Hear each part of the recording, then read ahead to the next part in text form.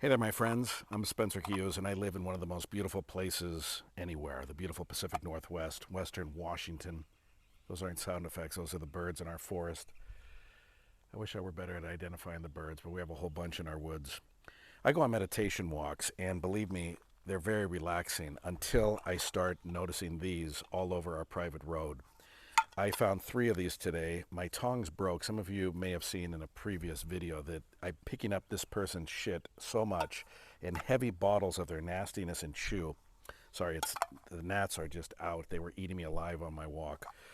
Uh, heavy bottles, plastic bottles full of nastiness of chew. So the guy chews, okay, and then spits his gunk into these bottles and then throws the bottles along the side of the road into the forest right alongside the road.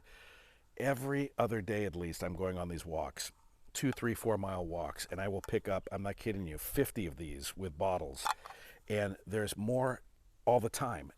Even when I'm just driving by and I'm not in a position to pick them up, I look out my window and I see them and I make a mental note when to get them next. But these are not the same cans that were there 2 days ago because I've picked all of those up. This is just nastiness. I want you to please comment down below what you think could be done. I've thought of all sorts of things like keeping them all until I have a stack, and it won't take me more than 3 walks to get a stack taller than I am, and maybe stack them up on the side of the road or maybe glue them together and then have a sign at the top saying, please stop doing this. Stop littering your shit all up and down the road. I've thought of doing that. God knows that on one walk, I could probably, if I'm paying attention like I generally try to do, I could probably pick up 20 of these things every time I walk. And I walk 3, 4 times a week. So you could see that it wouldn't take that long. I'm not that tall of a guy to have these stack up to my height. Maybe put it alongside the road with a sign on it that says, please stop doing this. I think whoever does something like this is incredibly imbalanced. I think you have to be totally separated from nature. I don't think you could. But that leads me to ask this question: why would you move to the woods to do shit like this? Why would you just not live in a ghetto? I mean, no offense. I mean, all sorts of people live in ghettos, right? It's not any type of a slur towards any particular person. But why not just stay in the ghetto?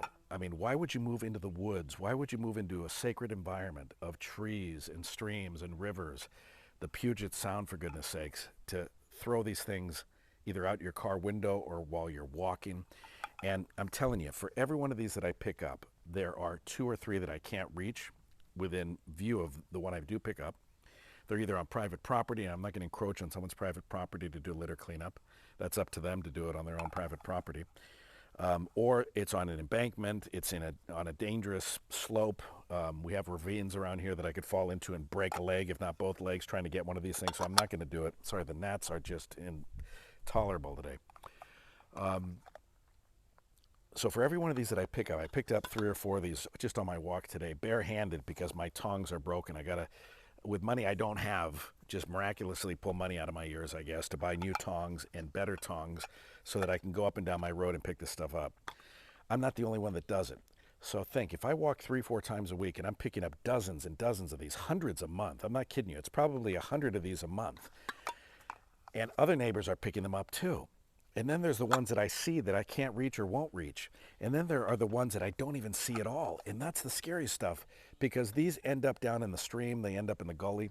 And I guarantee you that when this a-hole chucks these things, they are ending up in our streams. They're ending up where you can't see them.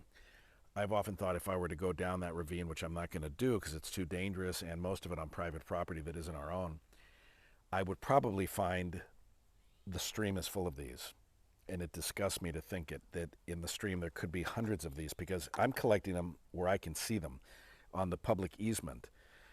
I'm not getting the ones on private property. I'm obviously getting the ones I can't safely reach. And for every one that I can see, whether it's safe to reach or not, I'm telling you there has to be 10 or 20 or 50 of these that are outside of view. Today on my walk alone, I found, I think I counted 14 plastic water bottles filled with this guy's gunk, this nasty cancer crap that he spits into the bottle. And it's somebody who's incredibly imbalanced with nature, imbalanced with themselves. And I'm not trying to be critical here, guys. You might like your grizzly chew, but somebody who chews to this degree, where there's hundreds of cans just on a small private road that's 3 miles long, 4 miles long, tells me that this person is in a great state of imbalance. You don't stick this stuff in your gums, in your mouth, and chew this nastiness all day and spit it all day long and then throw your gunk out the window of your car as you're walking along on your own road where you live. This person is shitting where they live. They're shitting where they eat. They're shitting in nature. It's an incredible state of imbalance. I know enough about the human psyche to know that. I'm not a psychology major, but I'm telling you, this is a great sign of imbalance. All right, the dogs are about to bark here because they think I told you, they're about to bark because they think I'm a stranger. So I'm going to wrap this up.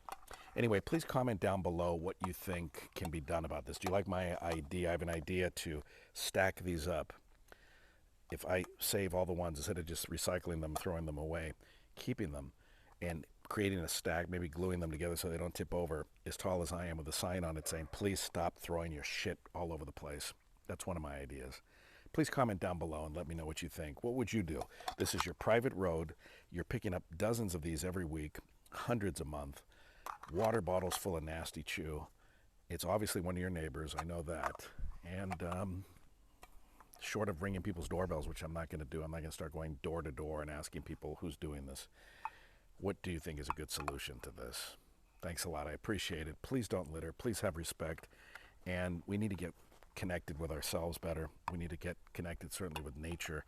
We made the mistake long ago to think we're separate from nature when we're not. We are a part of nature, along with all these trees and this beautiful sky and the clouds and the birds and all of it. We are part of this. This is a sign of distress. This is a sign of imbalance. What can we do about it?